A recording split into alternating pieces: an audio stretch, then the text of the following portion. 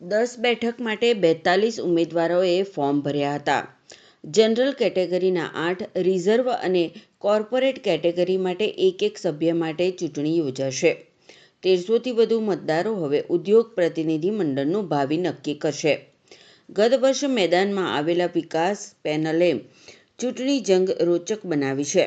અંકલેશ્વર ઉદ્યોગ મંડળની ચૂંટણીનો વિધિવત કાર્યક્રમ એઆઈએ ચૂંટણી અધિકારી દ્વારા જાહેર કરવામાં આવ્યો છે, જેનું નોટિફિકેશન પ્રસિદ્ધ થયા બાદ આજરોજ ફોર્મ ભરવાની અંતિમ તારીખ. જનરલ કેટેગરી માટે 8 બેઠક માટે 34 ફોર્મ ભરાયા છે, તો રિઝર્વ કેટેગરીની 1 બેઠક માટે અને કોર્પોરેટ કેટેગરીની 1 બેઠક માટે 4 ફોર્મ ભર્યા છે. ફોર્મ ચકાસણી 30 મેના રોજ કરવામાં આવશે, જ્યારે ફોર્મ પરત ખેંચવાની અંતિમ તારીખ 10 જૂન છે, જ્યારે ચૂંટણી જંગ 20 જૂનના રોજ યોજાશે.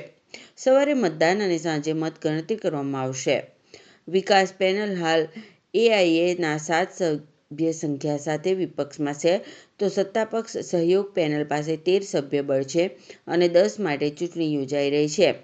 સત્તા મેળવવા માટે 15 બેઠક જરૂરી છે, જેને લઈ એઆઈએ 2025ની ચૂંટણી હવે ખરા અર્થમાં ખરાખરીનો જંગ જોવા મળશે. ઉલ્લેખનીય છે કે અંકલેશ્વર વસાહતના 1300થી વધુ સભ્ય સંખ્યા ધરાવતા અંકલેશ્વર ઉદ્યોગ મંડળમાં પ્રતિવર્ષ 10 સભ્યોની મુદત પૂરી થાય છે.